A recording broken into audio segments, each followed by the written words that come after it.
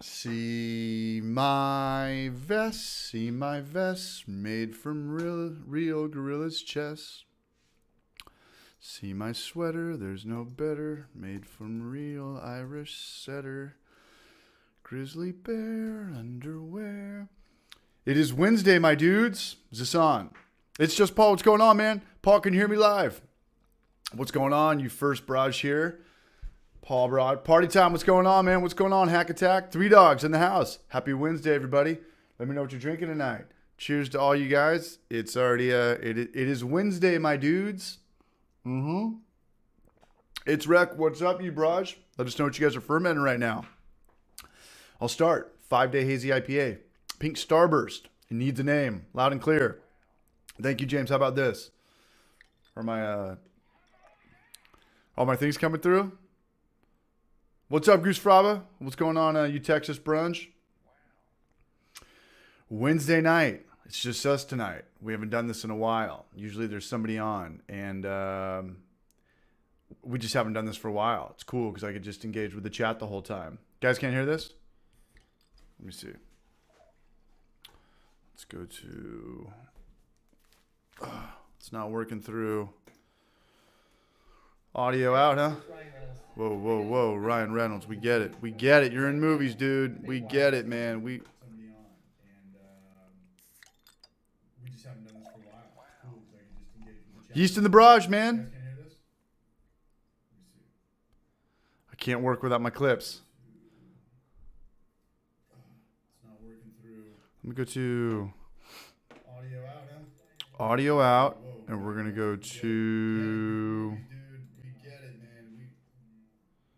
Is this gonna work now? Did I just blow it?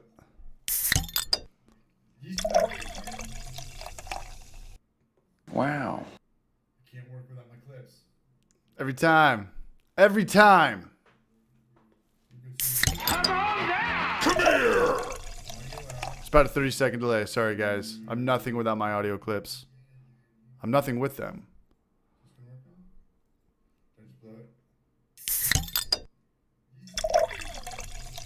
Yeah, that works. Wow. All right, are we good? NBC. All right, I hear that. I know what we have to do. What do you want?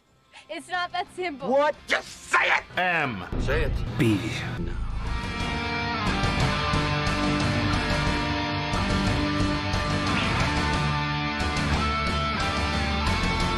Say when. C.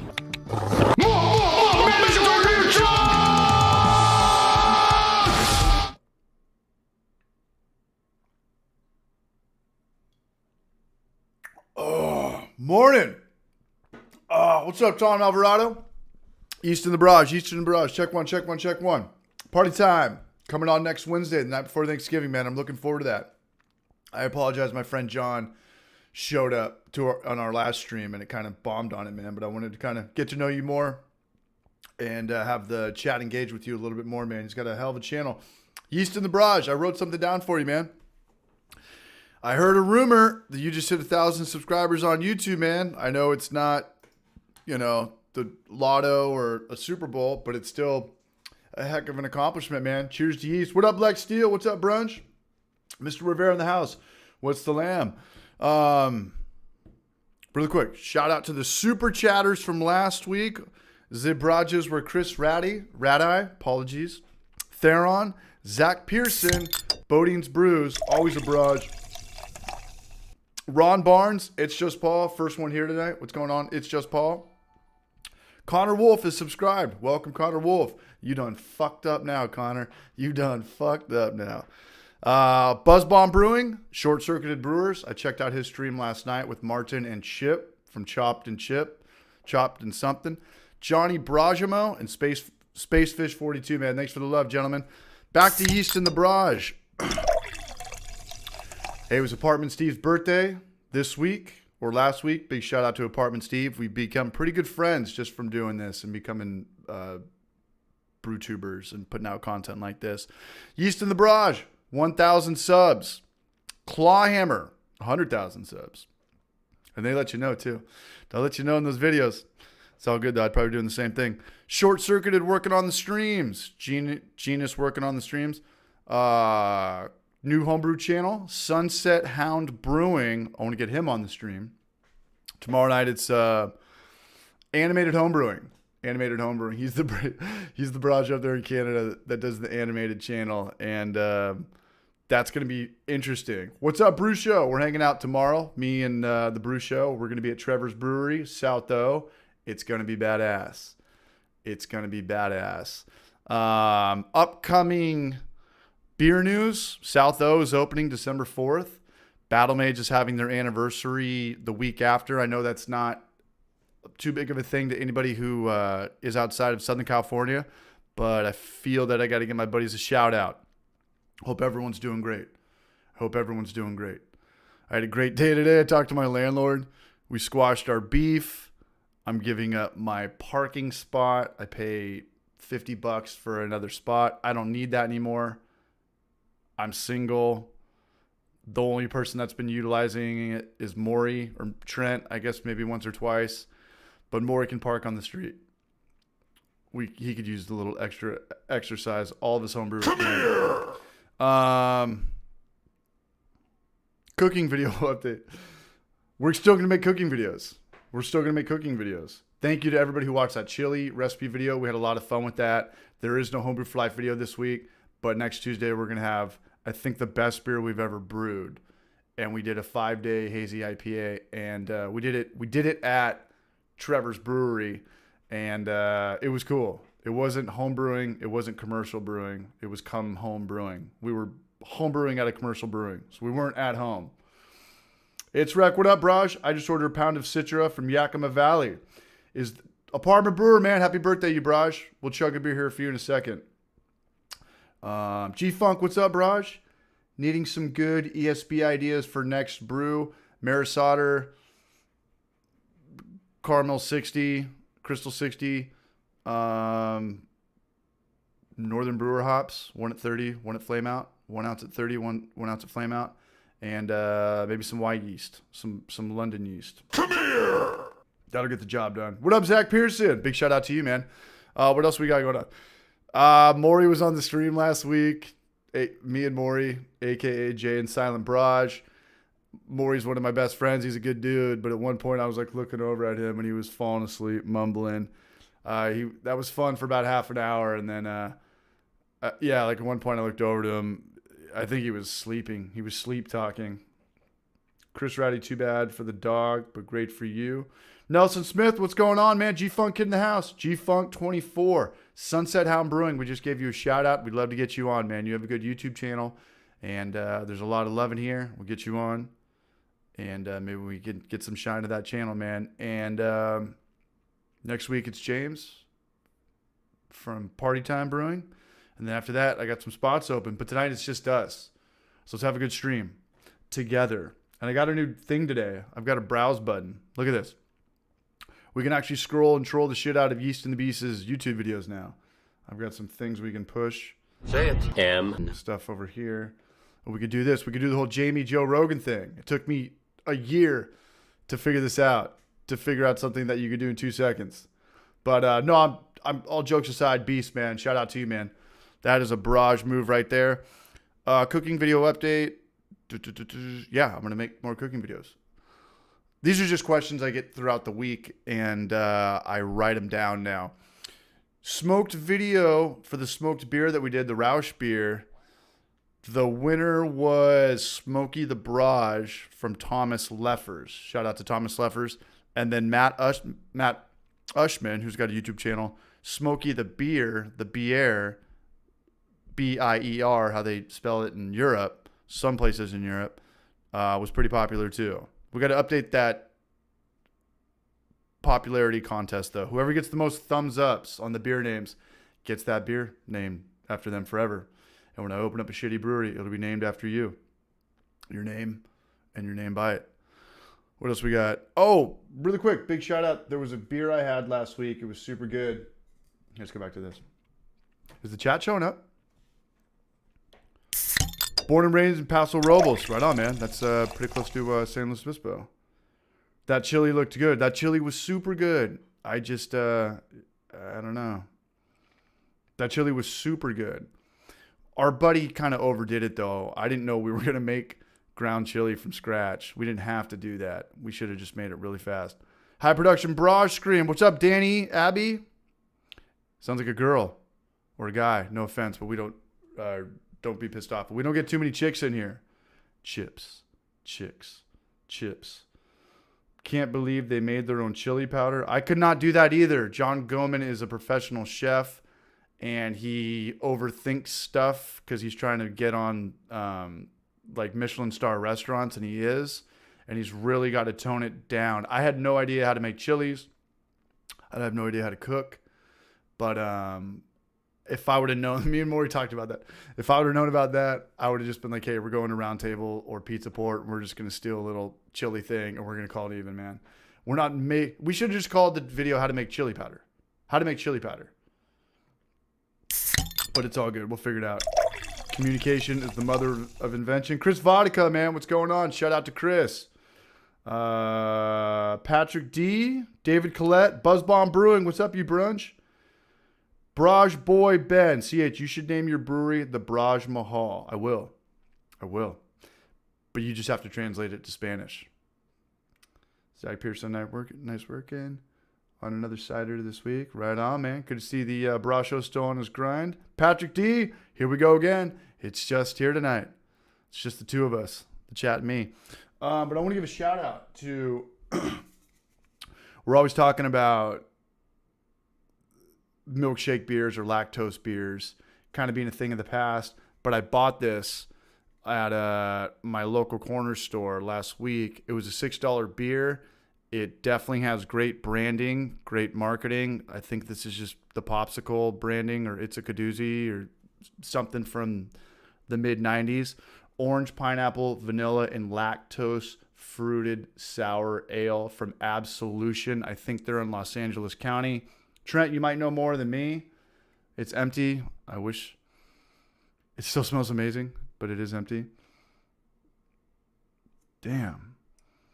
And I didn't have to shit my pants. Nobody had to go to the bathroom. So we were talking about that a couple weeks ago. There's not too many sour beers in circulation. Not only is this one in circulation, but it is 10 out of 10. Juicy Tart from Absolution. And look at their motto. It's deliciously delicious. That's what I say.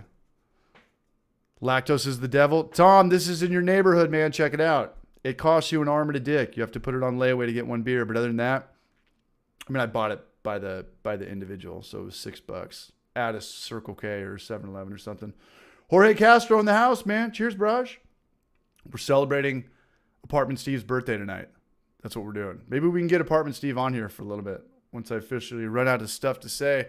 But I haven't ran out of stuff to say yet. So anyway, Juicy Tart, this isn't a plug or anything. This is organically a very good beer that I've had. And if you guys see this, Tom Alvarado, Brew Show, Portly Gentleman, or anywhere in California in distribution, give it a go. And let me know what you think, because that was a great beer. That was a really good beer. I'm going to change up the channel a little bit for the people that this is the happy hour. I don't know if these are interviews or streams or whatever we call them, but I'm going to chop up the videos a little bit like I did with Steve and I. We talked about floating dip tubes, and I got his take on it.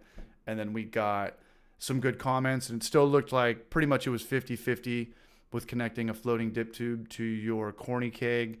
And I know it's a lot to look back and watch a 2-hour thing or a 4-hour thing if I'm blacked out. So I'm going to start chopping those up, pretty much doing what podcasters do.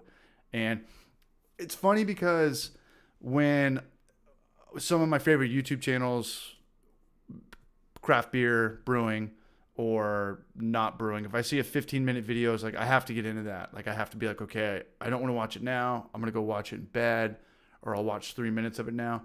If you just have a 3 or 4 minute video, I just click on these all the time, and it just works. It's just a different type of viewership, and these videos are cool and they work. You know, Steve, tell me about what's your wort chiller. You use stainless steel, you use copper, you use the plate chiller. 3-4 minutes. Talking about with Todd Jackson. I hope he's here. Let me get the chat going. I got to get glasses. What's up, Tom Ellen? Talking about Todd Jackson about who owns Budweiser. He's like, yeah, it's these Brazilian guys named Carlos Brito, not Burrito, Brito. And what was their relationship like with Northern Brewer? And it's like, well, at a time, they had a bunch of money and they bought us out. And then they realized that they couldn't make money super fast on us. They sold us again. And I'm sure that there was it sucked for a lot of employees at Northern Brewer. They probably were, shaking around. Do I have my job? Do I keep my job? Do I have to relocate? And then Budweiser, AB, Anheuser-Busch InBev, quickly dumped them. And that's just a quick 3 or 4 5-minute video. So I'm going to be putting a lot of those videos out on this channel. But I'm going to set it up so I'm going to unclick subscribe. And I can click buttons that says, like, sometimes you get notifications where a video will show up from a YouTube channel you watch the most, or some people that click the little bell. But I'm going to unclick all those things. So they're just going to show up. I don't want people to be notified if I want to upload 4-minute videos that me and the Brew Show talked about. What's our favorite hop? People don't need to get notified like that all day. But I'm going to start doing that. So consider yourself warned. Never ending comment. Yeah, apartment brewer. If he wants to come on here, man, you're definitely more than welcome. What I do know is that I need a beer. I'd love to have Steve on here. Steve, you are my friend. I was telling them before you came on, we are becoming friends, even though we haven't broed down in real life. I still have 2 medium shirts for you that I haven't shipped out to you, but they will get there before this lifetime is over, or in the next lifetime. But I got some t-shirts for you. I've got 2 mediums left, and I've got 1 small left, which is going to Gnome Brewing. I'm just blowing it at life right now. Just ADD bouncing around. But it's all good, man. Hit that bell. What else we got? I'm out of Survivor. Is anybody watching football? Is anybody still left in their Survivor pools? I took the Tampa Bay Buccaneers. They lost to the Washington football team. I'm out of my own Survivor League.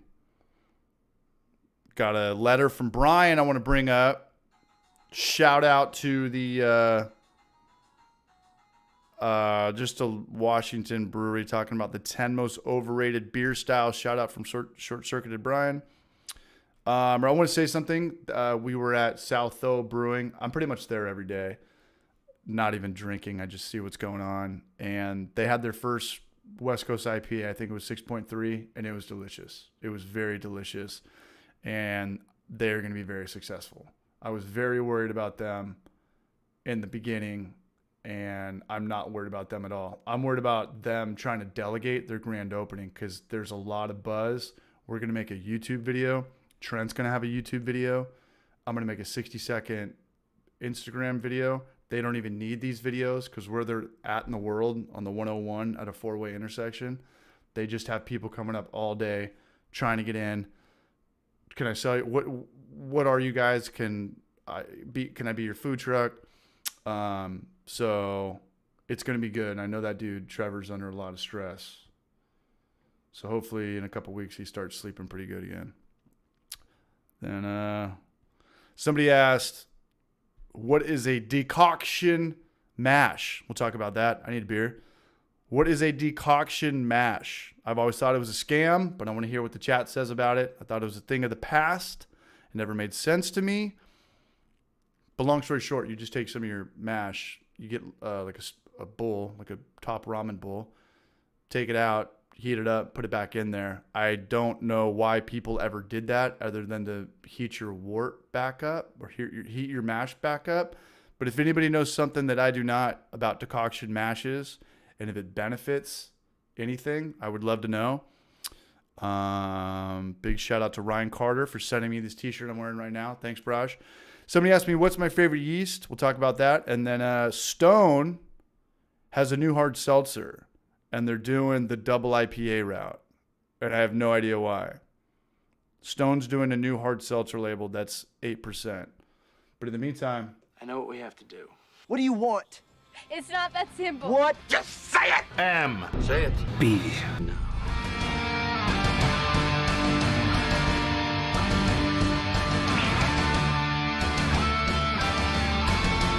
Say when. C. More, man, this is our new job!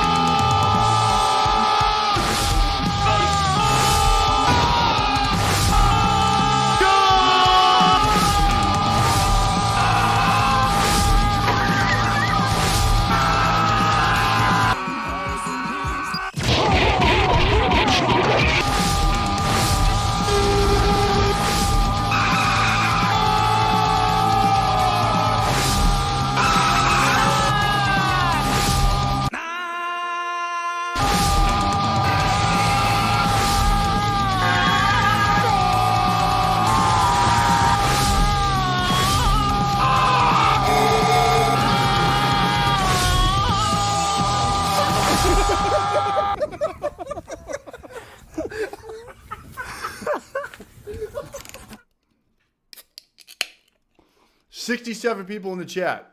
Big up yourselves. We're doing the Battle Mage Divine Light. This is good day drinking beer. We'll talk about Battle Mage in a little bit because they have my favorite Belgian of all time, and I don't drink Belgians. Theron in the house. What's up, you brunch? Trans M guy. Cheers. Apartment Steve, you coming on tonight? No kitchen at South, though? No. And I don't think that they need to because it's a very popular part of town. And you have Mexican food. You've got pizza on every corner. Really good Mexican food. Really good restaurants. No kitchen at South O. Not right now. Theron in the house with my wrench. He's the moderator. Yeast and the Bees. Who's coming on tonight? Anybody ever heard of Jeff Van Danstein? No. What's up, Minnesota Fats? Who's that?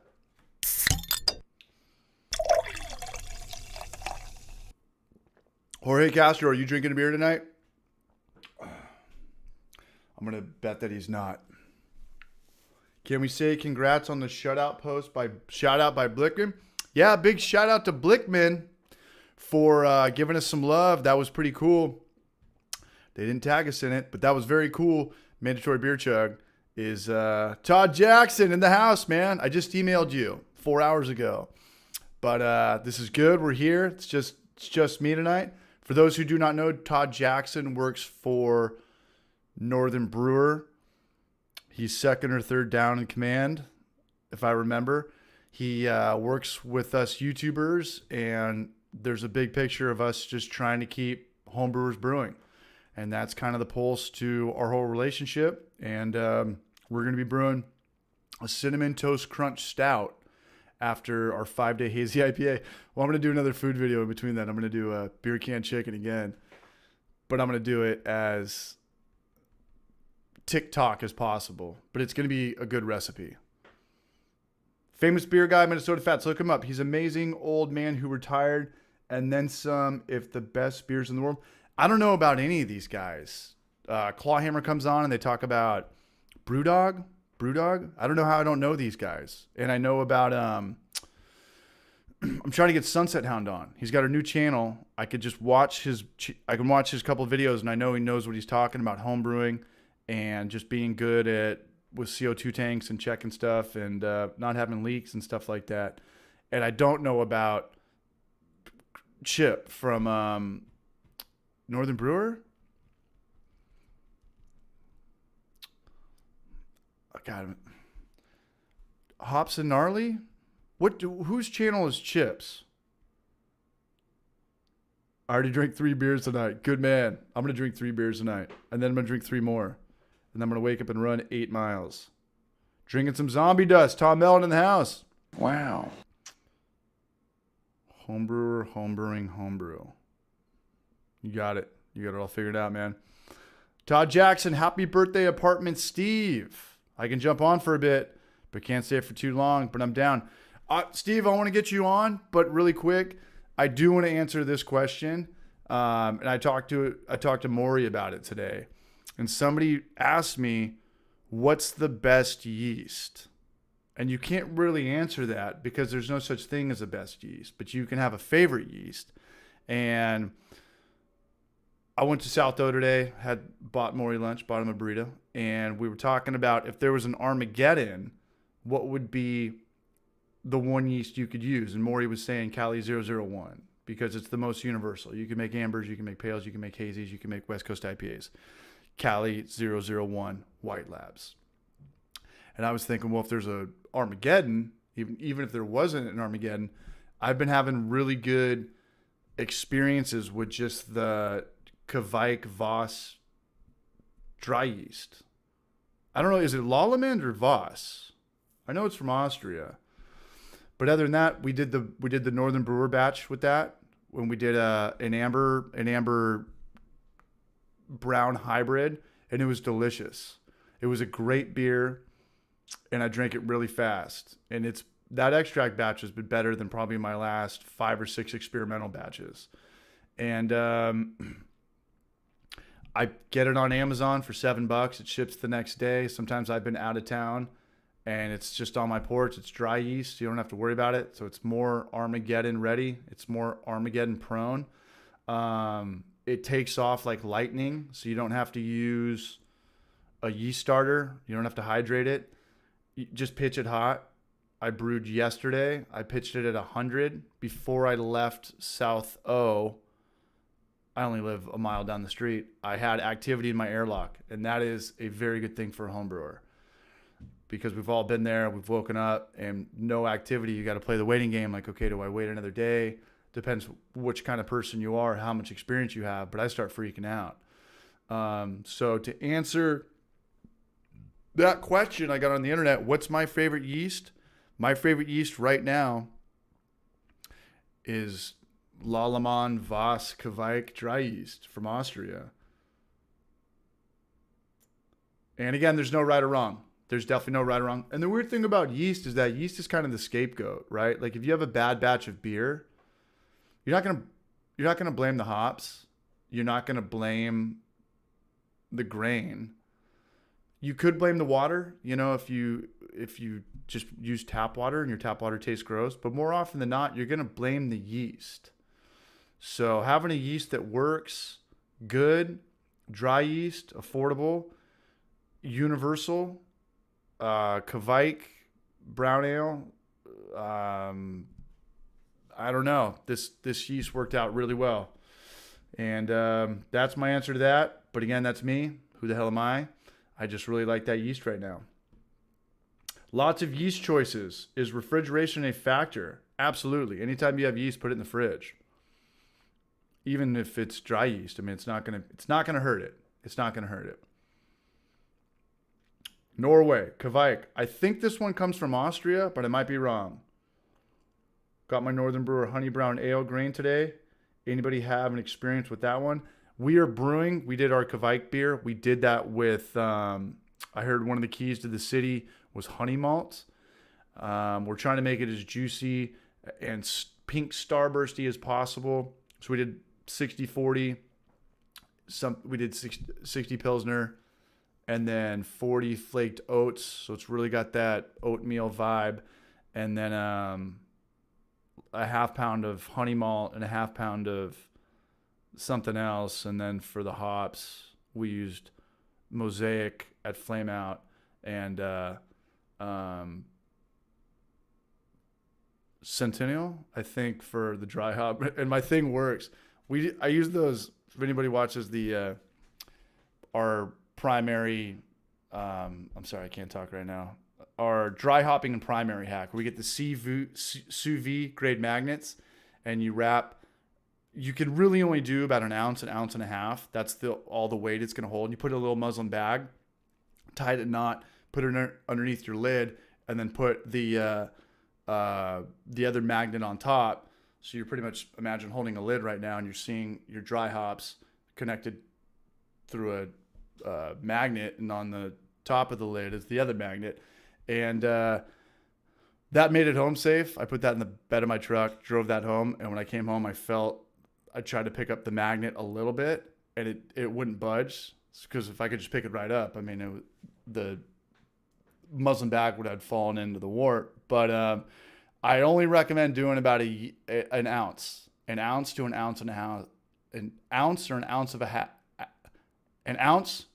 a half of dry hopping. Because other than that, because you want to sanitize it, you just put your hops in the muslin bag, put it in sanitizer, and it's going to have water weight, so it's going to weigh it down.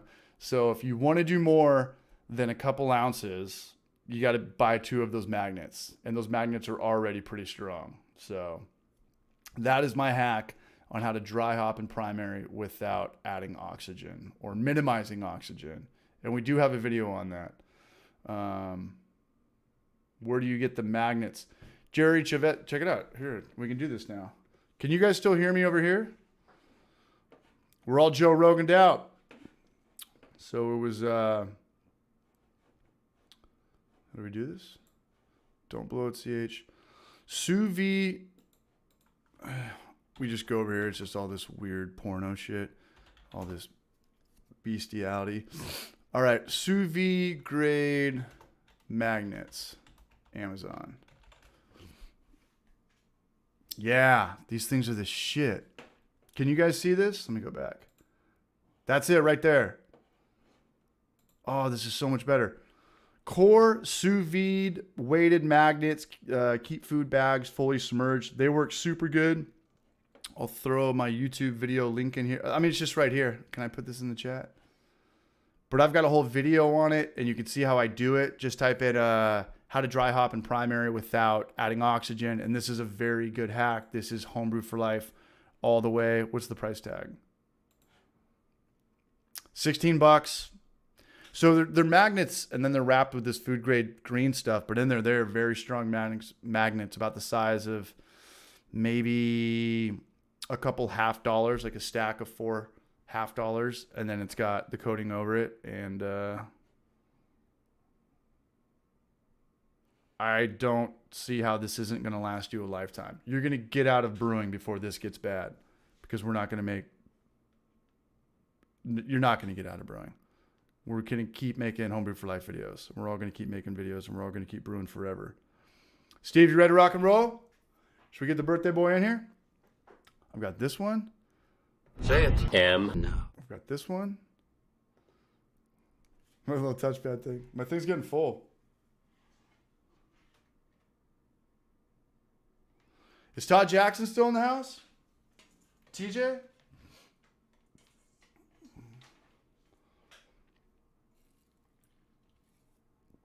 Is there anybody in there? Yeah, I don't know. The bummer about losing in Survivor is that Tampa Bay will still probably win the Super Bowl this year. The apartment brewer has tipped $10. Video reduction surgery fund. I should be paying you, Braj. Let me know. Let's rock and roll. Let me go to... let me pull myself down right quick. Let me go to... All right. That didn't work for shit. There we go. Everybody here? Todd Jackson is here. We're going to make that video, Todd. Cinnamon Toast Crunch. I was talking to Maury today. We're trying to figure out if we want to use lactose or not. And he said yes. So let's get Steve in here. All right, here we go.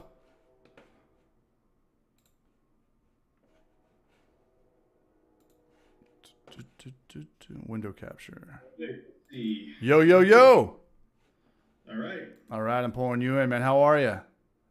Not too bad. How are you? Is everything sounding good? It's always good when you're here, Braj. It is always good when you're here. You're zoomed in, right. But I could zoom in too. I'll team up with you on the zoom in stuff, and I can make it smaller. Hang on, I can barely hear you. That's probably on my end. I can hear you really good, but I'm gonna go through. Hopefully everyone else can. Let me go. Yeah. So what's going on?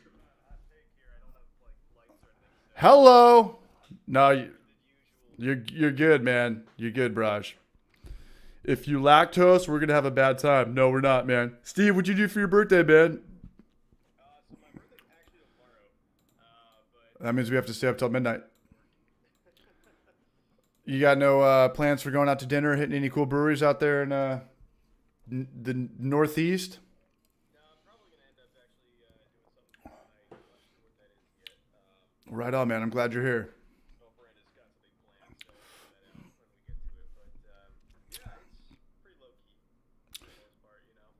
Like I feel like those birthdays between 25 and 30 don't really matter. Yeah. So No, I hear you. I'll get you going. Let me go to audio out. These guys help produce the show. We're gonna go to, because I hear you perfectly, but I'm picking you up through Discord. I'm coming through Discord. So let me go to audio out and let's go to Bit quiet with quotes. what about now? It should work now. Check one, check one, check one. Yay, audio. Test 1, 2, 3, 4, 5, 6, 7. Steve is mute. I don't think that's okay. What do we got? There's no way I'm mute. No, I can see you in Streamlabs now. This should work. Okay. Maybe it's just very low on your end. Sounds I don't like know. mumbles. Here, let me pull it up on We'll make it. Oh, yep. We're saying we're good. We're saying we're good. We're good to go? Yeah. Okay. Let me not just shoot my double chin here. Okay. So you got to grow Yeah, I think I beard, just have man. to Easy fix. make myself a little bit closer. All right, So, we're yeah. good, man. Well, good. Happy birthday. And if we can get you Thanks, to stay man. up till midnight, then we can officially celebrate your birthday, but I don't think it's going to happen. I don't know about that. You have to delete that stream. What? Any stream that goes over 2 hours, I just delete. It's just too much. What do you got brewing these days? What's going on? Yeah, so I've got this beer right here, which, wow, that looks actually disgusting right now. This is a session New England IPA. Came in at like 4.6%. Okay. So that was Strata and then Cryo Citra and Cryo Mosaic. So that was actually a recipe that somebody sent in to me like a year ago. And they were like, this is something that I really like. And it turned out pretty good, actually. And then there was, let's see, I got a Christmas-themed Weizenbock that's in the fermenter right now. And I got a black lager that's almost done fermenting. It's taken a long time. And it's kind of like parked at 10-18 right now. And it's kind of annoying. But otherwise... It's looking pretty good. It's tasting pretty good, actually, too. So I think it'll be ready in a couple of weeks. Are you going to hit it with some DAP or more yeast? I'm going to let it sit for now because it's actually there's still a little bit of bubbling in the airlock. So it's definitely not like dead stopped or anything like that. You know, it's probably just finishing out last few gravity points. Steve, I'm going to I was shooting for like more. 10, 16. You're just like, dude, that's just like my nose. How's that? There you go. I'll tell you in 10 seconds. Right. Steve's on a delay. Here, we'll bring it up to normal. There we go. We're chilling. Well, right on, man. Good job with the channel. You're still on the grind. I love it. You're killing it. I didn't have a video this week. I'm kind of bummed, but I'm going to have a video on Tuesday I'm looking forward to. And nice. We're going to drink the beer super fast because that's what you do with hazy I like that IPAs. chili video. It actually inspired me to make a chili for Yeah? the first time in like Well, several months. So, then it worked. Well, right on, man. I didn't appreciate make my that. own chili powder, but Don't do that. No, it's that's for fools. That's for us. The brow cam. Yeah, don't do that. Don't ever. That's like buying bread or making bread all day when you're like, just go down to the store and just grab this. It's going to be better, and then make your sandwich. Larry would disagree with that, but it's all good. I have extended family in New Mexico, so got a whole bunch of specialty dried spices from New Mexico, and it's a bunch of like some nice chili powder from there. So I use that instead. They make it there, or they send it? They make it themselves, or they send it from? No. It's made by some spice company down there, but I brought a whole bunch back with me. So yeah. that's what I use. It's going to be better than your standard McCormick chili powder, you know. So. Yeah. And what makes the chili is not the chili powder. It's pretty much the ground beef and the bacon, if you're doing that, and the cheese and the beans. I got to try bacon next time. The chili just makes it a little bit hot. You could just, hit it with Tapatio or something. But yeah. It's all good. Zachary McCreary, I made the chili too. It was a great guide, man. Thank you so much. We'll have a better handle on that when we get Goman involved for the next couple of videos. But thank you, Steve, and Zach, for following through with that. That's pretty cool. What's up, Heather Sharp? How we doing? Much better. Yeah, I've got a better hold handle on the little mixer thing down here, and I kind of know what audio out is and my H6 and all this stuff. And I know Brian's doing the streams, and it can be a headache. Yeah. He's got. I can't imagine that. You're gonna be there. He does like a 5-6 camera setup. I don't know. How would you even do that? I don't know. I don't want to know. But sometimes he'll have John Blickman running that on. off a laptop too, which is also very impressive. He's got some Dexter's Laboratory thing going on over there, man. I don't know, man. Yeah, I would probably end up if I was ever to do something like that. It would just be a single camera setup streamed out of my PC or something. But I don't have a good laptop, so I can't really do that right now. Yeah. I'd have to get some new hardware first, but yeah, I've considered it. I think everyone seems to be doing it nowadays, and I mean, it's more of a matter of keeping the chat going and keeping people engaged for 5 or so hours. That would be the tough part. Couldn't do it. Yeah, it's tough. Well, I mean, people are going to come and go, but to be honest with you, I can't sit through a live brew day on my end. I just kind of say what up, and then that's it. We got a super chat from Zachary McCrary. Cheers, guys. Happy birthday, Steve. Big shout out to Zach McCrary. Always showing love, man. Thanks, man. And thank you, Steve. Thanks for the super chat, man. I need to be giving. You got to set up your stream, man. And if you don't want to, just one of these days. you don't have to do a full brew day. You could just set up a stream and have people on, man. We get so much love in here. Everybody I know in San Diego that's some beer influencer or some idiot with a podcast, they try to do a stream, and it's like 5 people talking over each other, and there's like 8 people watching. And I'm like, how do you guys consistently do this? I would quit after the second one, and they just do it. But we got a lot more love in here, and I don't know. I could send you those links later too. It's pretty painful to watch. Yeah, I'll think about it. One of these days. I'll sit down and talk about something. I'm probably a pretty good guy to know when it comes to Streamlabs now. I will definitely be asking you questions if that's the case, though. I have no idea how to make that thing even work. So yeah. Yep. Party Time Brewing, want to give a shout out to him. He's got a great new channel, and he's funny as shit. He's coming on next Wednesday, like we talked about in the beginning. And his channel is super underrated, and I hope he sticks with it because people are going to appreciate it and enjoy it the more you put out content, and the more people that are able to see it. Yeah, he's definitely got a great sense of humor that lends a lot to it's funny as shit. To the brew tube. I'm already down for another beer. I need to get a black IPA from Trevor's owner. I don't know if it's an owner or an investor. This Braj named Joel, super good dude. We're from Santa Rosa, Roner Park, NorCal, and there's a brewery up there called, I think, Moonlight Mile, and they started doing craft beers about 15 years ago. And there's a beer called Death and Taxes, and he gave me a couple of them, so I'm gonna crack one tonight. Have you heard of that one? That sounds awesome. No, I haven't. Death and Taxes. Yeah, I remember when I first when I turned 21, and I was going to bars. Those were tough beers to drink. 21-year-old kid drinking 8% beers, going from Keystone Light, Beer Pong, Natural Bush Light to one of these beers. But I'm gonna crack it tonight. That reminds me of kind of my college experience. There was a German beer garden in town, and it was like they would import the good stuff too. And every so often they'd have a couple guest taps in there with like IPAs and stuff, but everything else was pretty much all German. But I remember they would have the 1-liter mugs all the time, and I think it was like I was like fresh into drinking things that weren't just your standard basic piss water Bud Light type thing. And I ordered a Southern Tier 2X IPA in a 1-liter mug. That was a good time. But like, I remember that was back when I wasn't conditioned to drinking hoppy beers, and I was just like, whoa. Yeah. I mean, I remember back in the day drinking even Sierra Nevada, and I thought it tasted like soap.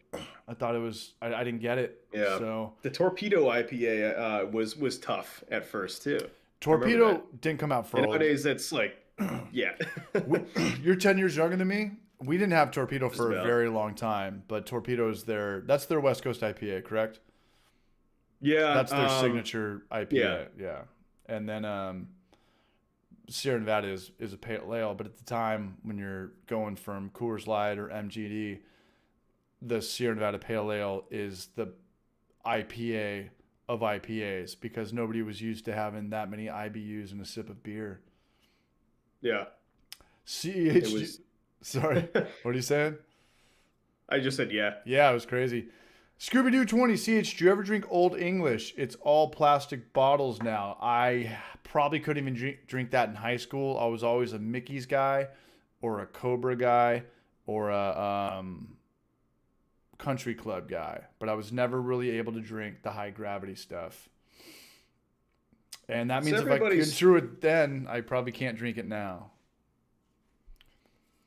What's everybody's thoughts on the Fresh Hop IPA from Sierra Nevada, the Celebration I just got a 12 pack of that, and I'm kind of like actually disappointed. Oh yeah. I don't know if that's a function of it being shipped halfway across or all the way across the country. I've never heard of it. Or not, but yeah, it's a fresh hop IPA or a wet hop IPA. Wet hop. Oh, wet hop. Yeah, yeah. But it's like, I don't know, just tastes like, I don't know, it tastes like bad home brew to me. And it's like really just sickly sweet and kind of boring. I'm new to this whole wet hop thing too. All I know is that they're tough to get, and they only grow once a year in weird different places of the world. That's why I got it. And I was like, oh, sweet, a 12 pack. I'm gonna, do this right now. But yeah, it just was kind of like okay, I guess. Was it the same price, or did they jack it up?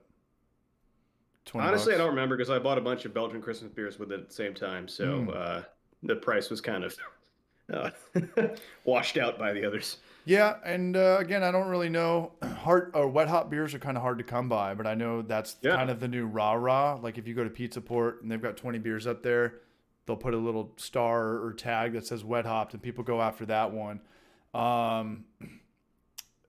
Clawhammer, I think, put out a video today on wet hopped. Today? No, Yeah. I didn't see it. Yeah. In the thumbnail, it's something about $1,500 worth a pint or something. I got to watch it after we get off here. But yeah, that's happening tomorrow. Jorge Castro, I love their Bogfoot. Todd Jackson, I was underwhelmed with Celebration this year too. I haven't had Celebration in a very long time. I'm still on the Torpedo and the OG phase because that's the only ones they have at my Circle K right across the street right here. I don't have like a Bevmo close. Actually, the whole reason why I got the fresh hop one was honestly because of the Brew Show's his Pacific Northwest road trip brewery video. That was a great video. Which was awesome. It was a great video. And just again makes me jealous of all you guys who live out there with those beautiful landscapes and awesome beer. But all those fresh hop videos or all those fresh hop beers there, that's awesome. So I thought of that. And I picked up that beer and I was like, oh, this isn't amazing. It's very caramely. Yeah, absolutely. But I'm sure some are better than others for sure. And I think freshness is a big player in that because it's probably like a month old at this point, and that probably means that it's not so good anymore. And it's in a bottle, right? There's always kind of... No, it's actually in a can. Okay. This one was in a can. Yeah. I think if it was in a bottle, it'd be way worse. Well, that's kind of the thing. If it's fresh and the sun's not beating on it, they say it tastes better out of a bottle, but the best way to ship beer and preserve beer is through a can. So, oh, yeah. I mean, that's at least the placebo that's in my head. It's a dark bottle. It's not like Corona or... Yeah. It's kind of weird when they put... Well, you've had Sierra Nevada Pale Ale in a bottle, though. It tends to kind of age after a little while. I mean, any bottled beer is going to do that. Yeah. We got a question here. We got Rubio. Have you guys used cryo hops yet? I used to use them a lot, and I didn't know if it was worth it. Steve, did you think it was worth it? Yeah, so when they're expensive. The beer I'm drinking right now, I used Cryo Citra, Cryo Mosaic in that. And yeah, they're about twice the price and twice the alpha acid content and oil content of the regular version of that hop. More beer. And I use it primarily so I can cut down on the plant material. So it's very, very good for dry hopping. It doesn't absorb as much beer, and it doesn't give you as much of a risk of clogging things up.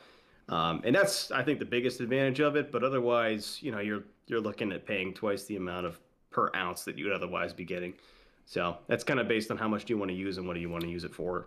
I think that's the perfect explanation. If you can get it, it's worth it because you're going to waste less beer. But I wouldn't drive out of, an hour out of your way to track down some cryo hops because that's pretty much my break-even point that I had. It was twice the price. And what do? They use liquid nitrogen. They just watch Terminator 2. They freeze it. They take all the resin out of it. They clamp it together, and then they charge you twice the price. That was my experience with it. Are you going to save a little bit hop soak up beer? Are you going to save a little bit of beer, a little bit of wort? Yes. But are you going to want to drive 2 hours in traffic to go get it? I don't know. Yeah, I don't know about that. I don't know. Yeah, it's. I think it's very much the same experience as if you had used regular Citra or Mosaic, just twice as much. You're paying the same amount, you're getting the same effect as twice as much, and you just have less material overall. So that's really the main advantage. Duly noted. We got Clawhammer in the house. Big shout out. We were talking about Clawhammer. Clawhammer's in the house. They have 100,000 YouTube subscribers. Yeast and the Beast is on your Who are six. they? Yeast and the Beast or Clawhammer? Both. They're teaming up. Shout out to Clawhammer for spiking that. The milestone being Larry. Yeah. We're talking about it. He wanted it so bad. But it's like, Larry, you can't make a YouTube video once every 5 years, man. The algorithm's not going to give a shit about you. But big shout out to Clawhammer. That's a huge milestone. I will probably die before I ever get there, but I'm shooting for that too. And thanks for letting me know that it's humanly possible. And again, Yeast in the Barrage did hit 1,000 subscribers. So much love to him, man. Did he give a name reveal? Did he give a name reveal? He shows his face. A name review? Reveal. Yeah, he was supposed to drop the name. I'm going to guess that his name is Curtis. I think it starts with a J. I think we kind of established that a while back, but Gerald. I don't know. Anyone try? Gerald with a J. I'm going to go with Gerald with a J. David called it. I like it for dry hop. Love it for dry hopping. Like the idea for cryo, but it was very bitter. There's fats there. We got some going on. Anyone try hop hash? No, but I did read an article saying that it's all going to be liquid in the future. They predict that all hops will just be liquid resin, lupulins. What do they call them in Hell Brews videos in Spanish? Jorge Castro, help me out. We'll wait. But yeah, I heard it's all going to be. It's Jerome Baker. I did not put him on Jerome, but I don't know. Yeah, do you think Jeremiah? Do you think that in 10 years from now or 5 years from now that all hops will just be in liquid form? I can see more of it popping up. I don't think all hops will be like that, but you're seeing a lot more stuff like hop extract being used and kind of the cryo thing and kind of concentrating the parts of the hops that people actually care about for brewing. So I mean, I could see it happening. It could definitely take over a little bit more than it is now. Isn't that what dabbing is? Everyone's just dabbing their hops. You just want to get the liquid out of it, or the liquid THC. Everyone's just pretty much right. Or honey. What's it called? What did we used to do in high school? We used to smoke the liquid weed, honey bee. I don't know, man. He's got to take drug tests. He can't answer this. He's not. He's no gonna comments. He's gonna plead the fifth. But I think that's what a dab is, liquid THC. So time will tell. Is that Trev Who in the house? Is there Trev Who? Yeah, it is. Trev Who's in the house, man. We got a big shout out to him as well. He's opening up his brewery in Oceanside, December 4th. We got a cool video coming out. Lupulos. We got a cool video coming out on Tuesday. The beer is smelling great just through the airlock, and I'm pulling little samples here. It's delicious. There's a little bit of a hot bite to it, but that'll go away. Humilos, lupulos. So, I have something to talk about regarding the floating dip tubes, though. I put a hop filter on the end of them, and I was drinking my New England IPA like 2 days after I kegged it. Actually, no, 1 day after I kegged it. And when it went into the keg, like a raw sample was super bitter and like had a lot of hop burn and the like the harshness. Put the hop filter on there and stopped sucking up so much little hop particulates and stuff like that. It actually made a big difference. So that's 1 point kind of towards the floating dip tube there. I think you got a comment for that too. Somebody wanted to know where you got these screens. Somebody wanted to know where you got these. Oh, the washer things? Yeah. Is that not what we're talking about? I think I saw that. I have to follow up on that. Yeah, I was like, I don't know. Hit up Steve. I don't use them. Yeah. Talk to Steve. I don't know what the hell's going on. Yeah, I'll have to follow up on that comment, but I think it's I just went to the hardware store, got a whole bunch of just like little hose clamp and a little mesh screen. 1/4-inch diameter washers that you can fit around the little whatever that thing is, like it's like a key ring basically. It fits on the end of it. Yeah. We're gonna create a poll right now. Who's gonna be at South O? Chris Vodka, what is the largest amount of dry hops I've dry hopped with? I think I went with 8 ounces once, and that was insane. I'm never doing that again. That's very expensive, even if you're buying by the pound. It was intense. It was a very expensive beer. Just not going to do that again. Too much. Way too much. Steve, hold it down. I'm going to get that black IPA. All right, sounds good. Death and Taxes. Are you cool to hang out for a little bit? Yeah, I'll be around for a while. All right. I'm going to get a beer after you, actually. So I wish I could go to that South, though, in person. I'll have to be there virtually. Let's see. Yeah, it's in the way of chat. Hold on.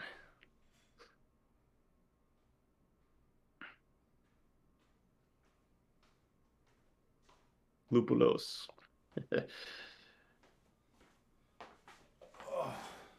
All liquid on hot side. Yeah, I could see that happening. CO2 extracts for the cold side. I've never tried that. I used CO2 extract one time, and that was to bitter. And it was extremely effective at doing that. I think people have issues putting those on the cold side simply because they're like pure resin globs, and they don't like really diffuse into the beer very well. It's kind of like very oily and stuff. So that's something I've seen regarding that. But then again, I've never tried it, so I don't really know. Worst beer I ever made. Oh geez. Philly sour. A few to pick from. I've actually never brewed a sour. Really? So yeah, no, I've never been into them. I don't like sour beers, and I generally don't brew beer that I don't like. Don't do 5 gallon batches in. One of the times eventually I'm gonna make it. I'm starting to warm up to them a little bit. The worst beer I ever made was, oh god, I scorched a Hefeweizen once, but I immediately dumped it, so it doesn't really count since I didn't really drink it. I think the worst one that I made that I actually drank was the second IPA I ever made. And I fermented it way too hot. It was like 75 degrees, I think, or something like that with USO5. And I did some freaking dry hopping, like really hot too. Like I didn't do temperature control. I was just like, I didn't know anything about it, at the time. So I was just leaving it out in room temperature in the middle of the summer, and it was awful. So that would probably be the worst beer I ever made. Beyond the one I had to dump. This is a good beer, by the way. And it is not a black IPA. It's called Death and Taxes Black Beer, 5.3 ABV. And at the bottom it says this is the original San Francisco style black lager. Deceptively dark, yet surprisingly light body, drinkable and perfect, refreshing and delicious. It's definitely hoppier than a Schwartz beer. But other than that, it's pretty damn good, man. Big Nice. shout out to Joel. Trevor's in here. Joel's Trevor's partner. He gave me these beers. I stole them. I stole all of them. All right, I'm going to grab another beer myself, so I'll be right back. Mm-hmm. All right, what's going on with the chat? Should we end this thing? We got a couple people. How do we end the poll?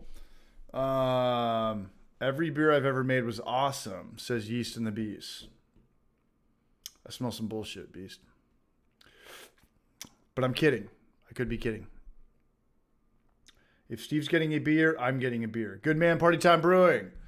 What's up, Elementary Brewing in the house, man? You should try Berliner Weiss. I'm not a fan of sours much either, but the Berliner Weiss is very easy to drink. Does anybody know what happened to the Sierra Nevada Eau Traverse? Because that was a really good beer, and all of a sudden it was just gone. Homebrew for Life tap at South O. We cannot do that, nor would anybody at South O know what Homebrew for Life is, except for Trevor and Maury. Maury probably wouldn't. He doesn't watch Homebrew for Life. No suffering, man. Stimpy Gato. What's going on, you brunch? Just finished up bottling my porter and hung out with Ches the whole time. NBC time. We'll wait for Steve to come back. We'll murder some beers, man. Cheers to Stimpy Gato, a.k.a. Noel suffering on real life. Noel. Gold jacket, green jacket. NBC right around the corner. G60 guy. Once you cut the dip tube, you can't go back. Try a floating one or bend it lightly. Cutting dip tubes are not for every style of beer. A lot of times if I want to add a ton of fruit or puree to a beer, I'll cut it. If you're going to do a pressure transfer, you want to have, obviously your serving tank and your fermenting tank. You want your fermenting tank to maybe be a little shorter, half inch, maybe a full inch. But if you transfer it into your serving tank, you don't have to cut an inch for that. It's all depending on what you're doing. You don't just do it for every batch. Yeah, Clawhammer, Otravez is great. Is that is or was? Are they still on the market? Otravez the Goza with the cactus in it? I think haven't so. had one in a long time. Yeah. That was the first sour beer I ever had, and I didn't know it was going to be a sour beer when I drank it. That was on the lighter side of sour. That's what Elementary is saying. Yeah. That's a good gateway to some prickly pear sour stuff. Like Tom nowadays, Manning, I what's probably up? like that. Speaking of that, Manning. while we're talking about this, whatever happened to is Todd Jackson still here? Not that he's on the stream, but I want to know the relationship between Stella Artois and Budweiser because right before the craft beer scene blew up, Stella Artois was everywhere. They had commercials, they were on billboards, and you could tell that they got bought out. And all of a sudden they weren't cool anymore. I want to know if that was an InBev thing or an AB Miller thing or whatever the Miller one is thing. I love how Stella is just continuing to try and be classy. I don't see them at all anymore. Like, it's just like their thing. But they used to have the commercials. We see them all the time. Yeah. With the butter knife, scrape it off the head of the beer.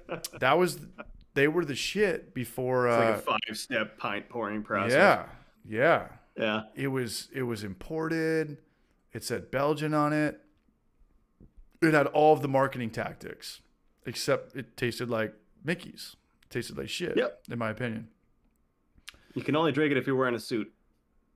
Truth. Trans Am guy, CH, that Otravez was effing delicious. I got some here and it was so good. Yeah, I don't know what happened. For whatever reason, I can't find it anymore. And I remember it was everywhere. They had it at Target, right when you walk into Walmart. And then maybe they were ahead of the time. Maybe they put it out and then only us beer snobs or beer drinkers really liked it, but it bombed against the masses. And then sours got more popular. But there was never really a sour like in circulation, like selling it at Walmart and Target. I don't know. Yeah, it's not really a thing. Stella Artois is owned by AB InBev. Shout out to Jorge Castro. You doing a Christmas beer? What's up? Are you doing a Christmas or holiday type beer? Cinnamon Toast Crunch. If you count that. Yeah, dude. I used to right. I used to murder Cinnamon Toast Crunch by the box when I was little. Now, as an adult, I murder beers. So I'm going to combine forces for this video. Nice. Mm-hmm. What are you doing it in? When or what? Like, what kind of beer are you doing it with? We're going to do Maris Sauter, some chocolate. Stout, yeah. And that was nice. kind of, I just figured, I haven't done a stout in probably 5 years. We used to do those when I got into, I don't know. I don't know. Everything, when I first got into beer, was like hit every style. And then after a couple of years, I was so burned out on the styles that I already did when I first started brewing that, I don't know. And then there was like the kettle sour phase craze.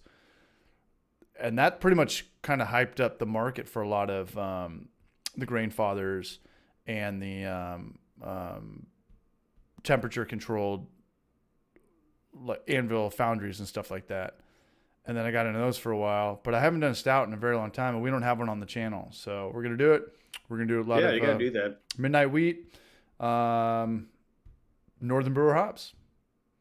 Northern Brewer hop. Yeah, it's good multi-hop, about 7% alpha acid, not too much. I like to do Northern Brewer with my stouts, although I haven't done one in a while. So I'm going to do one probably later this year. Or actually, it'll be next year by that point. What's the origin I'm gonna do like story? a maple thing, I think. What's don't, up? Don't do maple bacon beer. Don't use the I'm extract probably that we not do did. bacon yet. Yeah, don't do that. It just doesn't work out. It's just too much going on. What's the story? What was the question? With the Northern Brewer hop? How did they get that, and how does one get sanctioned a hop or a grape? I've also wondered this. I don't think it's associated with Northern Brewer as a Northern Brewer homebrew supply. I think the hop is older than the company, but I think Todd's the guy to ask for that. Todd may or may not be. I think it's a German hop. I think it used to be like a Hallertau, kind of like a Hallertau Magnum type hop that evolved to be something different, and then people started calling it Northern Brewer for some reason. I'm not sure why. I don't know. I've always wondered that though, because I think about Northern Brewer when I see that hop. And yeah, that worked out really well for Northern Brewer homebrew supply. If that just happened coincidentally, something that's popular. It's a great hop though. It's really woody, and I actually dry hopped both of the Russian Imperial Stouts that I made over the last several years with a couple ounces of Northern Brewer, and it makes a really cool effect. Actually, it's a really different hop than you would think. It's like woody and sort of minty, and yeah, it's English. I think you're right. Yeah, we just brewed with it. I don't know what we did. It might have been the extract batch, but that was a great batch. That was a really good batch of beer, and you could taste that extract a little bit if you've brewed 100 times or 50 times. But if you haven't, you can't taste that. You can't taste that. Nice. NBC. Theron has just donated $5. Much love to the barrage, Theron, man. Shh, no biggie. VBC. What's VBC? Vodka butt chug? I'd like to do an Imperial Stout, but hard to do the Dark Truth by Boulevard. So I'll just get a 6 of that. Hey, it's a very good beer. We're going to bring up something that Brian sent me. Check this out. Brian sent me a couple articles. We still here? Nice. Are you here if I push this button? No, but I'm bringing it in right now. Let's go to... We're going to find out the hard way right here. Let's go to this. We're bringing the browser back up. Can I go any... Okay, we're going to go that way. And let's go to window capture. Here comes Steve. And let's go to...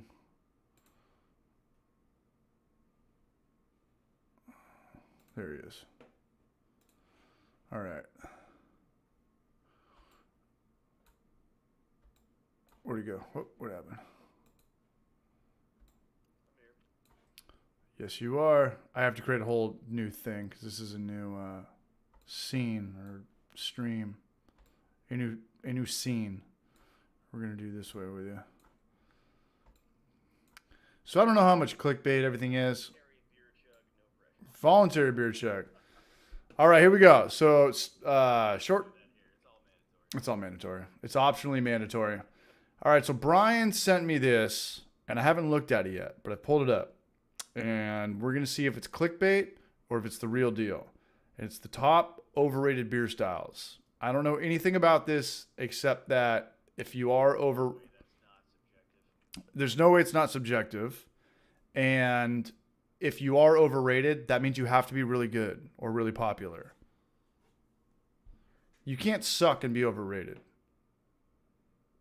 That's what overrated means. You're over your value. We're going to do this. Steve, you there? Let's do it. All right. We're going to be the judge. Can you see it on your YouTube end? Not yet. All right. Vinepair.com. Never heard of it. Not saying that it doesn't have credibility, but I've just never heard of it. All right. Paso Robles in the house. We asked 10 brewers, what's the most overrated beer style in 2021? Ray Rivera. Is he in here right now? Beer fans all over the country clamor over the coveted hype beer. The latest and greatest. That's all we're going to read about that. Better get to a countdown pretty fast. What is it about the beer style that captivates crowds and gives way to trends? What makes a beer style so polarizing? It's a trend. That's what a trend is. All right. The most... Lose my audio, or did I just stop talking? No. So let me go to what do we have before? We had let me go to audio out.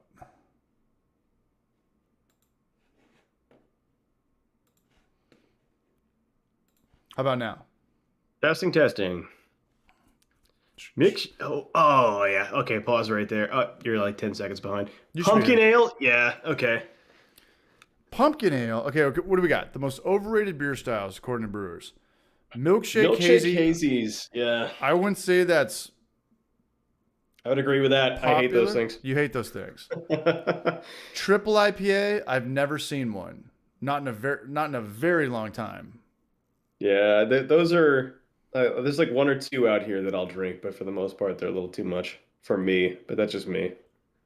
IPA, no, it's still probably the most popular beer aside from commercial lagers. Yeah, it's not overrated at all. It's not overrated at all. Pumpkin ale, it's not big enough to be overrated. Double IPA. That one's a weird one. Pumpkin ale? Yeah, because it can go either way, really. Because that depends on whether or not you hate pumpkin. It's either you love it or you hate it. There's no in between on that. I couldn't do a 5-gallon batch of that. I made one once, and I think I'm good with that.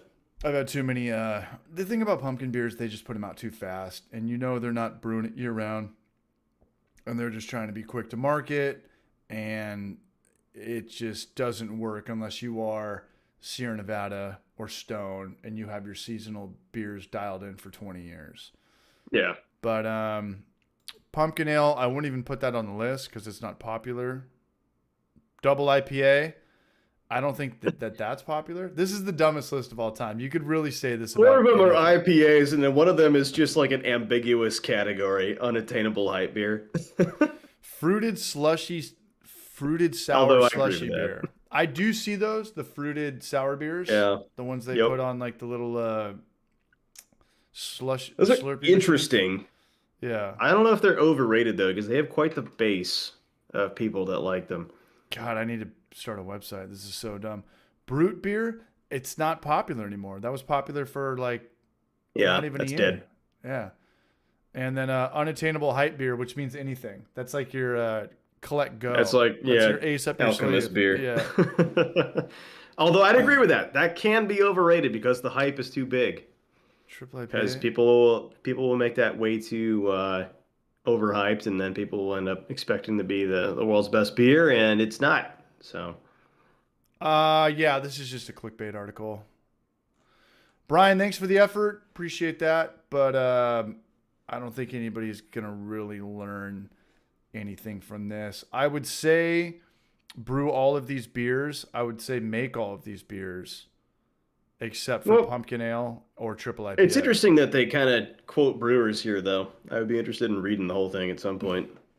Just because, again, it's subjective. You get that opinion from each individual brewer, and each brewer is going to have a different take on something. But I think it's cool. I don't know. How can hype beer... I wouldn't say it's the word of God at all. What happened to me? What happened to CH? What up? I'm coming back. Can you hear me now? Yeah, I could hear you the whole time. I've got 2 of you in here. Okay, let me go to... we'll kill that one. There we go. I mean, how could you be overrated for a pumpkin beer? You're around for a couple weeks. I don't know. Double IPAs, I haven't had one of those in a very long time. Actually, that's not true at all. I had like 4 of them when you were on the last time. Yeah, I sent you all the East Coast ones. Is double IPA still 8%? And on the East Coast, okay, over 8%. Called it. RonBarnes. It depends on where you're getting it from, because some breweries will just label everything as IPA and not bother to say double, triple, whatever. But most will. Not only that, but I'm gonna crack not a beer, but it's an Angry Orchard. But I want you guys to see this after this. It says Angry Orchard, hazy, unfiltered something. So they're using hazy and unfiltered on apple cider now. I'll go get one in a second. But RonBarnes. I've seen those. Yeah. Oh, you have? I want to give a shout out to RonBarnes. RonBarnes is tipped $10. Most hype beers are overrated. Pass on pumpkin. Much love, Rob. You are the Braj. Brew Mill Tone in the house. One of the local breweries by me did a Brute IPA. and it sold like hot garbage. The next summer, they called it a summer IPA, and it sold out. That's so crazy. And I believe all of that. Called an IPL or a cold IPA, it changes everything. Yeah, they're just rebranding it. It just goes to show that's how easy of a thing it is to do with alcohol. Not alcohol, but you can't really do that with whiskey or wine. But with beer. You know what's interesting too is there's still a style in the Clickbait. BJCP that I don't quite understand at all, and I don't think I've ever seen a commercial example of, and that's brown IPA. That's a thing. Brown IPA. And, yeah, I don't know. Do you guys have those on the West Coast? We barely even have browns anymore, but that would be the way to bring them back. Yeah, brown Yeah. anything. Yeah. Brown hazy IPA. Hard seltzer brown. Open fermented hazy IPA. Yeah. That's how you get that. Yeah. 99 calories or less brown IPA. Michelob Ultra Brown. Yeah, it's crazy. man. It's crazy. What's the I mean, next? but that's a thing. That's a style category, and I guess it exists for a reason. But Yeah. I mean, all those things on there have withstood the test of time, at least for a decade or two, right? I would imagine. I don't really know what's gets its own. Is it just is there like a patent to a style, or could it be anything? I mean, is there? I have no idea. Could we make up a style right now? To be honest, I haven't. Yeah, probably. Let's take a braggot. We'll take honey and we'll add it to beer, and then we'll add some cider to it. What are we gonna call it? Just make a kitchen sink beer. Kitchen sink. Kitchen sink. Brown hazy IPA. Yeah, definitely has to be an IPA. Unfiltered Marlboro Red 100s IPA. Brown Shout and out to yellow Yeast snow. and the Beast, man. Brown milkshake hazy. Madison Borer, options about spiced ales without pumpkin. I wouldn't handle this one. I wouldn't know anything about this because a spiced ale would remind me of pumpkin, and I still wouldn't get it. Steve, you got anything? You don't have to use pumpkin spices. Cinnamon, I like nutmeg. spiced beers. Like Chili beer. I don't know. Chili beer IPA. There's a lot of ways to make them way too spiced, and it's very easy to do that. But you don't need any sort of pumpkin flavor to make a spiced beer like you can do. Like a classic Belgian wit beer Hold it down, brush. shouldn't remind you of a pumpkin beer at all, but that has spices in it, And then like I don't know, the Christmas beer I'm doing right now has vanilla and cinnamon and a couple other spices in there like orange and stuff like that. So yeah, there's plenty of options that don't involve any sort of pumpkin beer or even pumpkin spices. You just don't need to brew with nutmeg or cloves or cinnamon all at the same time, and you'll have a different effect, I think cinnamon's probably the big one, the big offender there. All right. A Belgian IPA. Yeah, that's on my list too. I haven't quite figured out how I want to attack that just yet. Maple brown. No, I misread that. Pastry brown. Yeah, I agree with that. That'd be very popular because it's sweet and it's the next step up from your typical. You see the pastry stouts and pastry porters and stuff like that, and the brown's going to be pretty much the same thing. You just probably want to relabel it. I got a question. Cocoa pebble. Yeah, go ahead. I got a question, and not so much a style, but I think it makes more sense if a hop comes back, kind of like a grape with wine. And Trevor, who might still be in here, he's trying to get Pride of Ringwood. I think I'm saying it right. It's an Australian hop. Have you heard of it? Yep. And it's very tough to get, which is awesome because if you're a commercial brewery or you could, make that beer and put that hop on the bottle now, and you might be able to start a new trend. But we tried to get some from Northern Brewer. He's got a little bit of it, but not enough to satisfy a commercial appetite. He's got he's on the homebrew scale. But I just from him asking me if I could get it, and I couldn't find it online, that could be the new trend, I think. I don't know how trends work or what makes them. I would imagine there's a lot of word of mouth. I'd imagine this hop tastes pretty good. I'd imagine it tastes like Nelson or something from New Zealand or where stuff from those climates grow. But I've never had it. Pride of Ringwood. Let me look it up right now. Yeah, I've never had that hop. I'm not sure what to expect. I mean, it sounds. I mean, Ringwood is kind of like a reference to. I think is a reference to like the English Ringwood beer. So it might be more of like a UK type hop. But I don't know. It could go either way. AU. Okay, let's look at if we can get some from Yakima. Excuse me. Check availability and Mint in beer. There's That's a very nothing. cool idea. Okay. Nothing. Yeah, I have no idea what the flavor profile would be for that. Let me check that out myself. I'll try to buy it. Pride of Ringwood. This is how trends start, just by people talking You're gonna about show it. up to South O with like a 1 ounce packet of it. And you're like, look, man, I Here we got go. it. Yeah. I'll sell it to you for $50 million. So you can get it from Midwest Supplies and obviously Northern Brewer, but I don't know if you can get it on a commercial scale. Australian Pride of Ringwood hop. And it's not expensive. 8 ounces, $15. It's a good price. Midwest Supplies. Might be coming from the same refrigerator. I didn't know until Todd came on that Midwest Supplies and Northern Brewer are under the same umbrella. Yeah, But I don't know. There's not that much out there about the flavor. I mean, remember 5-6 years ago where It's like a lager hop. It looks like it's used in Australian sparkling ale and I think that's the like crowd they're going for. lagers and stuff like that. So it's probably just pretty subtle. It's kind of the trend he's going for. It's going to be a lot lower alcohol by volume beers, so that would make sense. Yeah, I mean, that makes sense. And I mean, being an Australian guy himself, I imagine an Australian sparkling ale would be a pretty good thing to brew. Yep. Looks like it's a bittering hop though. A bittering lager hop? Just put all the words together. Yeah. Hazy It's unfiltered. saying strong resin character with possible woody tones of cedar or oak with a pitch towards earthy and herbal. Yeah. Put some maize in there.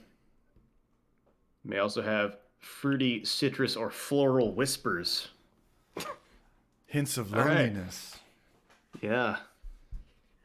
Chris, Dude, I was at Total Wine the other day, and I was trying to use the labels there to shop for wine that wasn't gonna suck for like $10 or $10.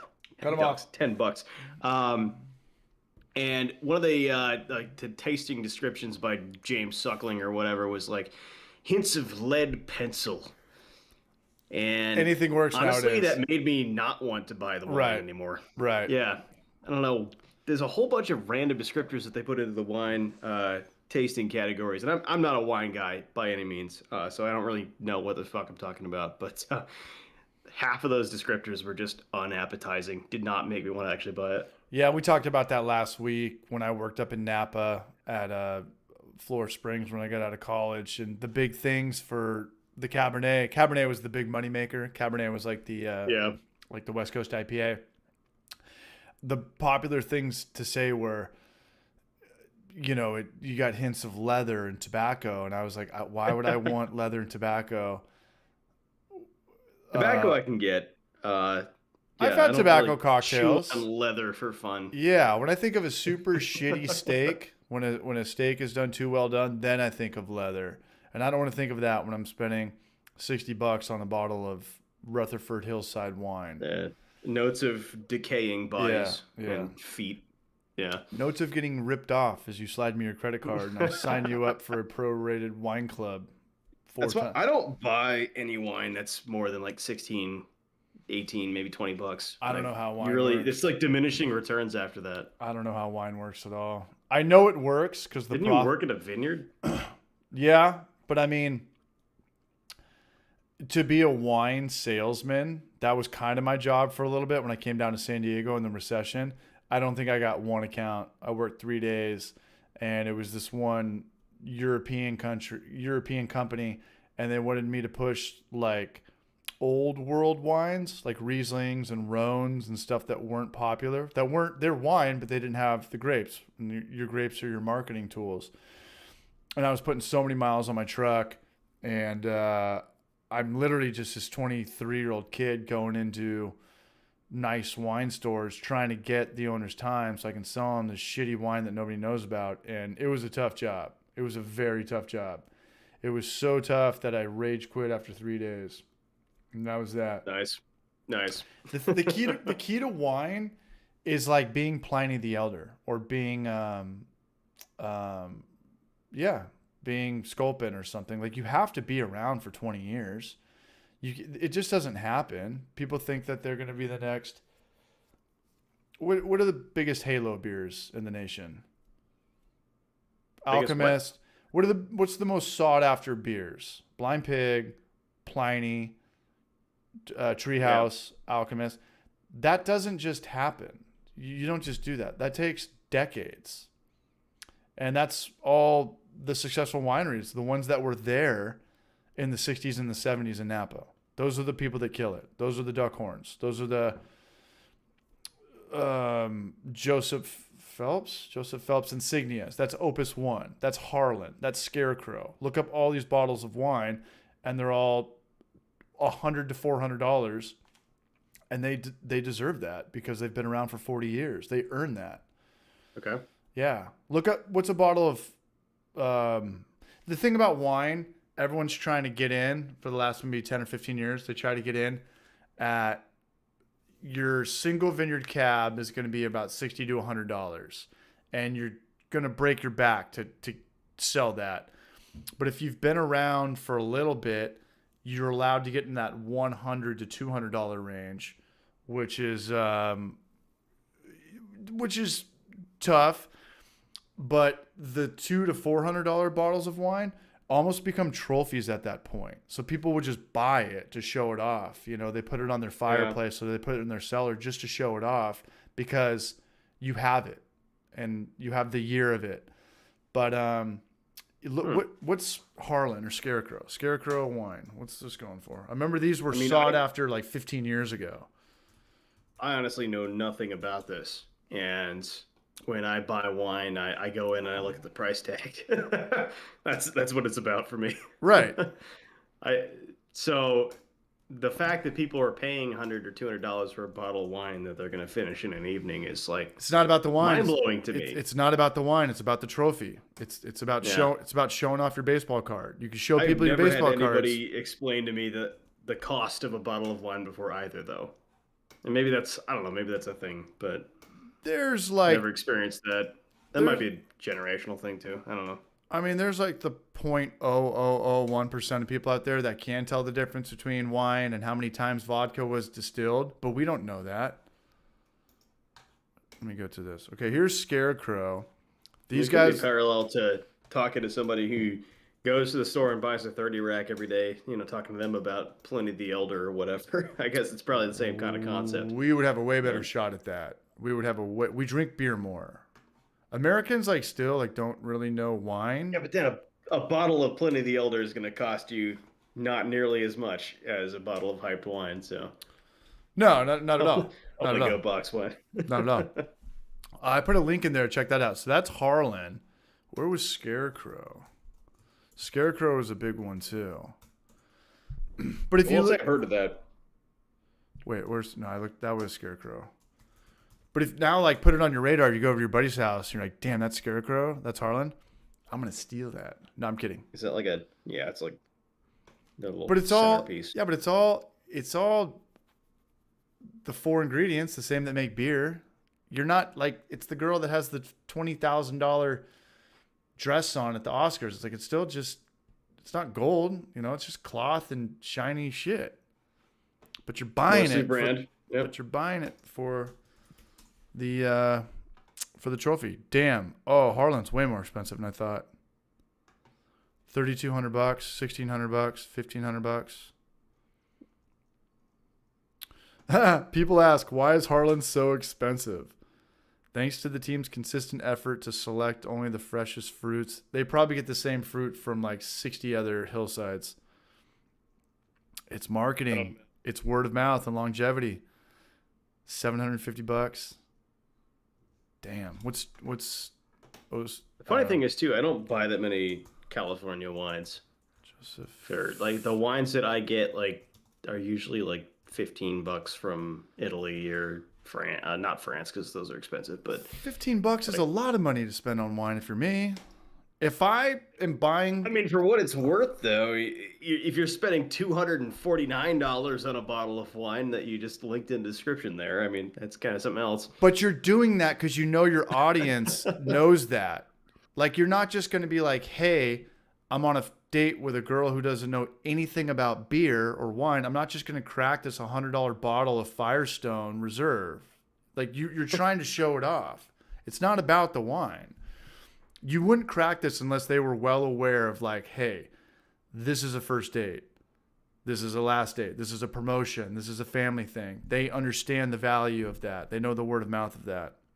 And then here's the hardest bottle of wine to get in California, Screaming Eagle. Screaming Eagle wine. They've never advertised once, nor do they have to. That's, damn, $5,000. But usually they sell them in groups of three, or in the little wooden box with three of them. You kind of get it with the whiskey thing, though. That's kind of going in the chat right now. What's going on? Sorry, I'm back. I get it with the whiskey thing a little bit. That's going in the chat for the last couple of minutes here. That Scarecrow. That's something I paid a little bit more attention to in general, but I don't drink whiskey all too often because I drink it too fast, and I'm going to be in trouble. That's why I stick with beer.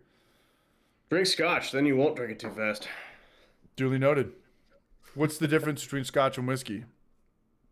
Scotch is whiskey, but Scotch whiskey generally is a little bit peatier. So if you didn't like your smoked beer, you're going to hate Scotch whiskey. I think I've had scotch. Which will help you not drink it very fast. But it's a weird acquired taste. My grandfather. I like Scotch a lot. I don't know. I thought Scotch was made from grain and whiskey was made from corn. You know anything about that, Steve? 50% corn for bourbon. But otherwise, Scotch is going to be made from malt, usually, that has been smoked with peat. So that kind of gets you that like smoky flavor. I like smoked. I liked it a lot. I just don't like it in too much consumption of beer. It's a different kind of smoke though. So like, I don't know, if you had like Macallan versus like Johnny Walker Black, like that's gonna taste really like the Johnny Walker is gonna taste bacon smoky like your beer probably did. Versus like something like a Macallan's got like buttery notes, and there's also like there's like a Speyside versus a whole Islay kind of debate, and like the Islay scotches are really like peaty, so that's like honestly, I can't describe that flavor very well. It's just intense. It's very intense. It's like burning rubber. It's not a pleasant thing when you describe it, but it's actually really tasty with an acquired taste. So get yourself a bottle of Lagavulin 8-year. I'm going to go do it right now. Whether or not you want to continue drinking scotch. Okay. Yeah. We'll talk after this too, because I'm gonna pick your mind. I like scotch. I'm not a scotch expert at all. I'm not an aficionado because I can't afford to be one. Ardbeg's a big smoky boy too. Yeah. But I definitely enjoy it when it comes to drinking straight like distilled liquors. Scotch is my choice. Duly noted. Understood. ChrisRadi, the Hoppy Hour. Gonna disagree with you, brah. Not all 200 bottles are better than $60 bottles, but most are. I buy an expensive bottle because I like it, not because it's flex. Duly noted, Chris. I like that, man. Live your life. You know, I'm sure you're well experienced in the category than I am. Yeah, there's obviously delicious fruit out there. There's also just a lot of marketing out there. Ardberg MBC. Steve, can you do one more? I want to get that hazy cider IPA unfiltered thing. Yeah, One more. I might have to go in a bit. All right. But I'll stick around for like 10, 15 more minutes. Perfect. Be right back. All right. Yeah. Everybody drop your favorite scotch in the comments because I need to actually restock myself. So when I'm talking about buying cheap wines, and this kind of extends itself to whiskeys and scotches too, like there's a point where there's diminishing returns. So it's like the curve of how good something is versus how much you're paying for it starts to flatten out after a certain point. So no, I don't watch Whiskey Tribe, but I should. I really should. They're actually pretty good guys. Irish whiskey's good too. I feel like if you're paying more than $20 for a bottle of wine, for the most part, it's going, unless you're a very experienced wine taster and you actually know what you're like drinking and appreciate it, then it's going to be, one thing you're going to probably appreciate that more. But for the average wine drinker, it doesn't really matter all that much. Whiskeys, $50 to $75 per bottle is probably where it starts to kind of peter out. Although I've had Ardbeg 20-something once, which is a $750 bottle of scotch that a very wealthy friend of mine just kind of gave out. And it wasn't all that much more interesting to me versus the regular Ardbegs from 5, 10, whatever. And I'm probably not a experienced enough scotch drinker to really kind of differentiate the little minutia between the different kinds and the age and everything. But it's one of those things that you kind of have to, I guess, probably spend decades drinking it to really kind of appreciate. So if you're my age, if you're not really that intense of a scotch drinker, then paying more than $75 for something isn't really going to be that much worth it. Where does Evan Williams fall into play? My current favorites are... What's up? Where does Evan Williams come into play? I don't like it mainly because college. I loved it because of college. Evo. Just call him Evo, like the car. Oh, man. No, I like bourbon, but there's a certain point where they all kind of start to taste the same. I can't really pick up the differences between them like I can with Scotch or Irish whiskey. Like Irish whiskey is actually a really good one too, because it doesn't have the spiciness of bourbon, but it also doesn't have the smoking and burning sensation of Scotch. So it's like very, for lack of a better term, I know whiskey drinkers hate this term, but it's very smooth. It's easy to drink. So Redbreast is a great one, and Napague Castle is very good as well. Scotches that I like that are relatively affordable, Glenmorangie is awesome. Glenfiddich is good, and the Macallan is good, but it's pricey. Macallan 12 is probably one of my favorites, actually.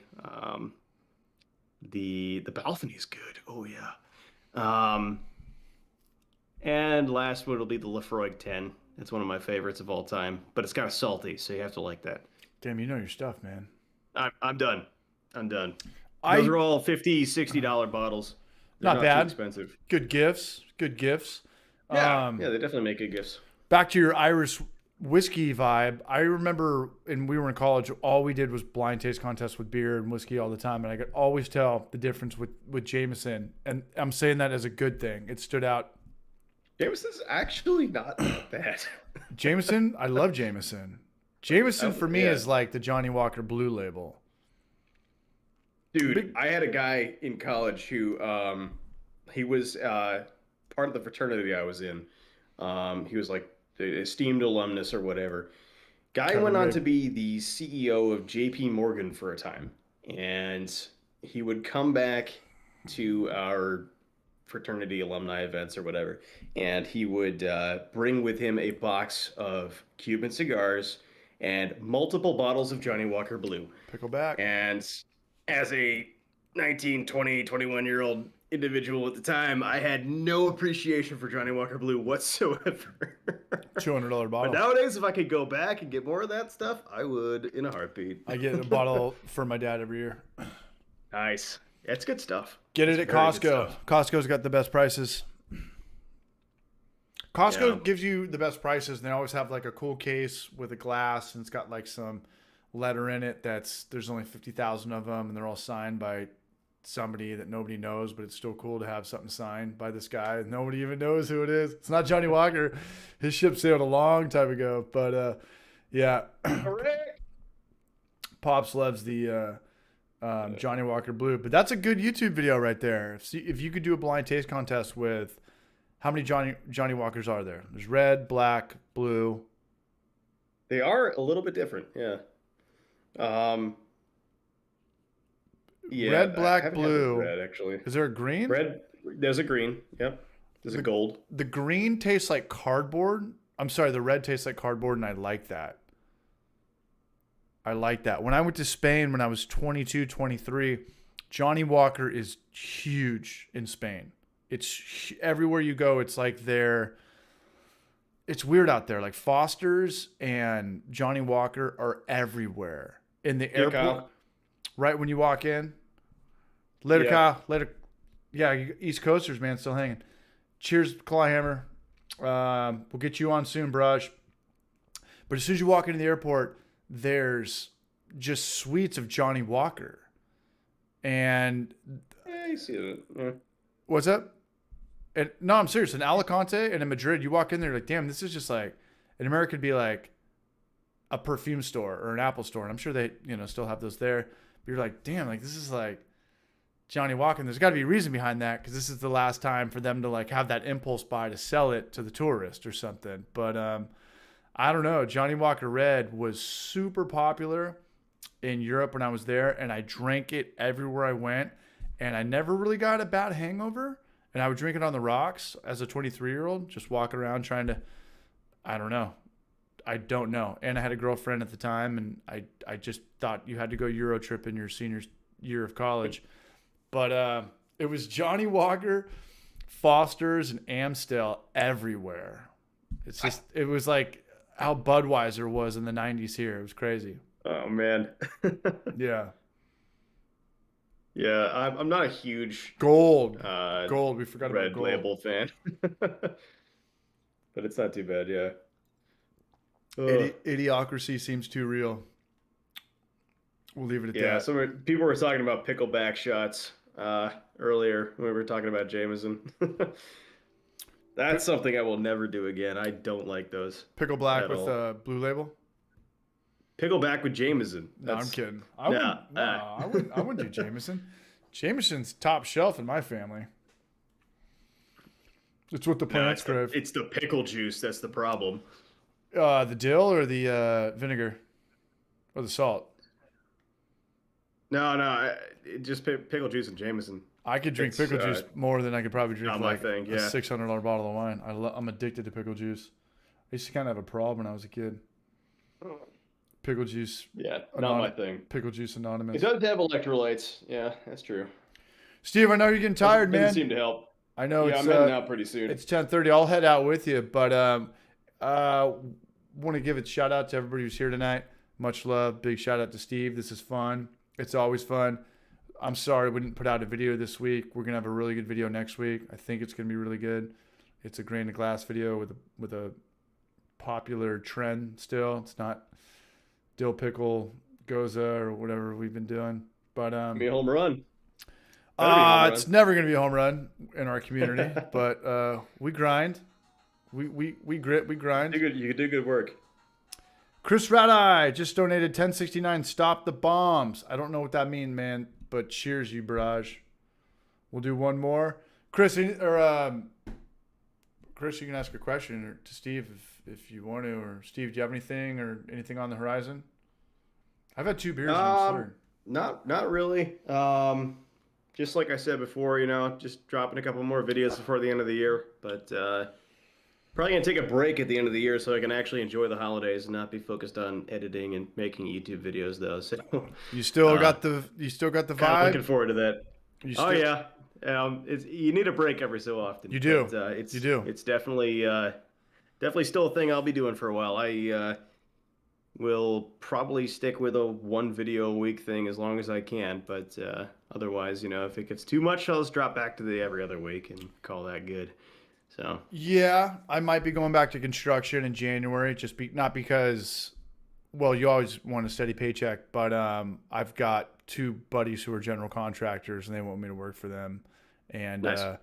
yeah, and if I'm going back to that, I probably will need to take some time off Homebrew for Life. But it's like you can always come back to it, even if you take a month off. It's still going to be there. As soon as you start putting out videos again, and you do it a couple times in a row, that I think the algorithm picks back up on it and It's told Larry that puts you back up where you were. So one can you hope. can take a break without detrimental effects. You're fine. Yeah, just don't be like Larry from You don't take 5 years off. yeah, don't do 2 videos every 24 months. But we're going to get out of here. I'll hit the NBC button. I want to thank everybody here. Let's get out of here. I know what we have to do. What do you want? It's not that simple. What? Just say it! M. Say it. B. No.